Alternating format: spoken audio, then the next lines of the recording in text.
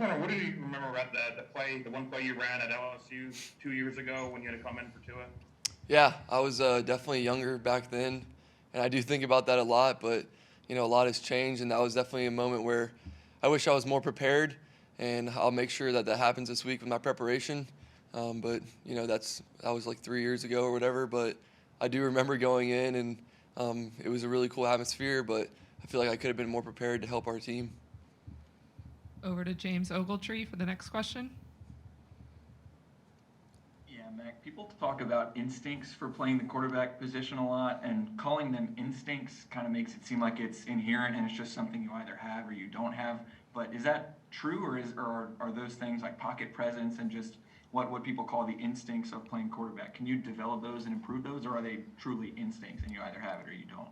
Yeah, I mean, I think you can develop anything at the quarterback position.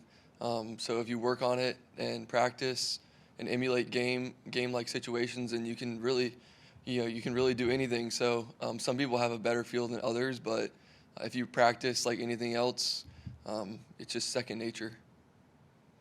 Chris Walsh, over to you. Mac, how much of your success this season do you think is the fact that you have the same offensive coordinator as last year? Yeah, it definitely helps. I mean, Coach Sark's done a great job calling great plays every game and preparing us really well. And obviously, with as many guys we had back from last year on offense, to step in and just kind of do what I'm supposed to do has been really easy because, like we always say, we have the best skill players, best offensive line, best running backs, best tight ends, and a really good offensive coach. So put it all together, and good things happen, and we'll just continue to do that. John Zener, go ahead. Yeah, Matt, what have you seen? LSU's defense always has talented players, but this year they've given up more yards and points than we're used to seeing. What have you seen from them on film and in games you've seen so far? Yeah, I think that's a good point by saying they have really good players, because they really do have great players. All those guys are really highly recruited out of high school. Some of them are young. They have some old guys too, but they do have a new defensive coordinator this year, and they've kind of been working through some bumps and bruises, but they've been playing a lot better. And obviously we're going to get their best shot, and we're going to expect them to come out and play their heart out. So we just have to match their intensity and go out there, and it'll be a really good game. But they have great players, and they're really starting to figure it out. Stephen Smith, you're up. Hey, Mac, even with the reduced number of fans, Tiger Stadium can still be a pretty hostile environment. How much pride do you take in going into an opposing team's home and taking the wind out of them, or getting a big victory in there? Yeah, I mean, games like this is why everyone wants to get a chance to play college football. I mean, everyone on our team looks forward to a game like this, regardless of the situation, where we get to go and play an away game against a really good team.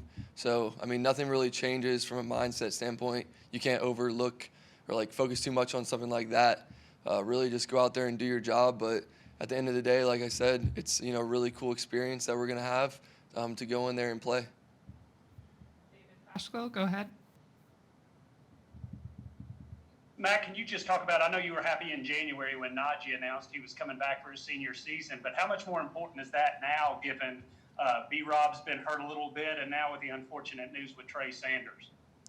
Yeah, just starting out with Trey's situation, I had shot him a text earlier today, and I hope that he has a speedy recovery. And he was really showing a lot this season, and he's a great guy. So I just wish him well. And obviously some of the younger guys will be able to step up in this situation. And B-Rob, yeah, he's been a little bit banged up, but he's going to have to contribute even more. And he's done a great job this year too, just running the ball really hard, getting those 5, 6, 7, 8-yard carries that we need.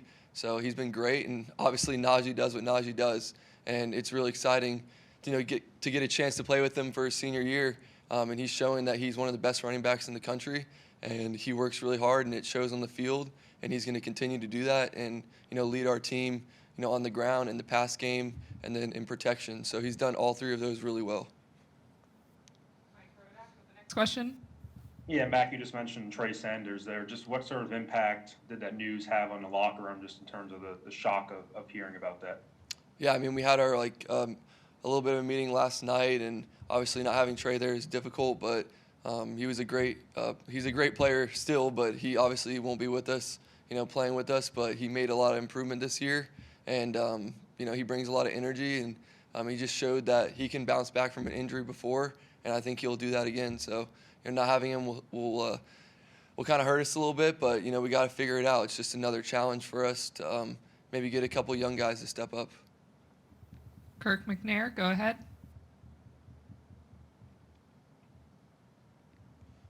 Yes, Mac. The number one ranking that Alabama got yesterday, I know the players have to, most of them at least, probably know about it. You try to keep that in some sort of perspective during the season. Number one. Oh, I think I got your question. Sorry, it was a little breaked up. But, yeah, I mean, it's great to be considered the top team or whatever, but none of that really matters. I mean, whether you're ranked 25th, first, doesn't matter. You have to go out there and control your own destiny by winning every game. And if we can just try and win every game, then we'll, continue to go throughout the season and get a chance to play more games. But really, we just have to focus on this week, go out there and try to beat LSU, and whatever happens from there. Over to Charlie Potter.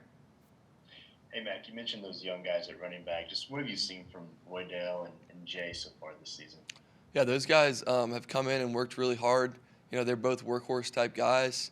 They've gotten a good amount of reps throughout the year in practice. So, practice is pretty much like the game. So you just have to make sure that they know, don't overcomplicate things. And we'll make sure to get some more of those reps just to make sure we're in sync. And, they'll both have to contribute. And I think they'll do a really good job because they work hard, and it's going to show in the games. These will be the final few questions. We'll start off with Tyler Waldrop. Hey, Mac, I just wanted to ask you about the bye week. Nick talked about, talking to the players before those who returned home, and just reminding everyone we're in the middle of a pandemic and to be as safe as possible. I'm just wondering, what was the bye week like for you personally, and did it feel different this year, just obviously with everything concerning COVID-19 and trying to be safe? Yeah, it was definitely a little different, and that was a good point. Coach Saban obviously was very straightforward with us about how we have to approach it. You don't know what family member is doing what, and you got to make sure that you have your mask on at all times. So, my family, I can't really speak for everybody, but I think most guys just went home, and I just went home and hung out with my family, and we kind of just spread out, and I didn't hug anybody or do anything like that. So it's definitely a little weird. And, you're eating at a different table. It's kind of like you're at the kids' table or something, but it's a little different. But, I just sat on the couch and watched football. I didn't really move that much, just watched football and got to relax. And we'll finish up with James Ogletree. Yeah, Mac, what's kind of your scouting report on Derek Stingley? And with a corner like that, how do you balance how much trust you have in your own receivers and maybe, I don't know if caution is the right word, but knowing that you have a great player covering them as well? Yeah, I think Derek's done a great job this year. Not a lot of teams have tried to go after him, and I think he's proven that he's one of the best corners in college football.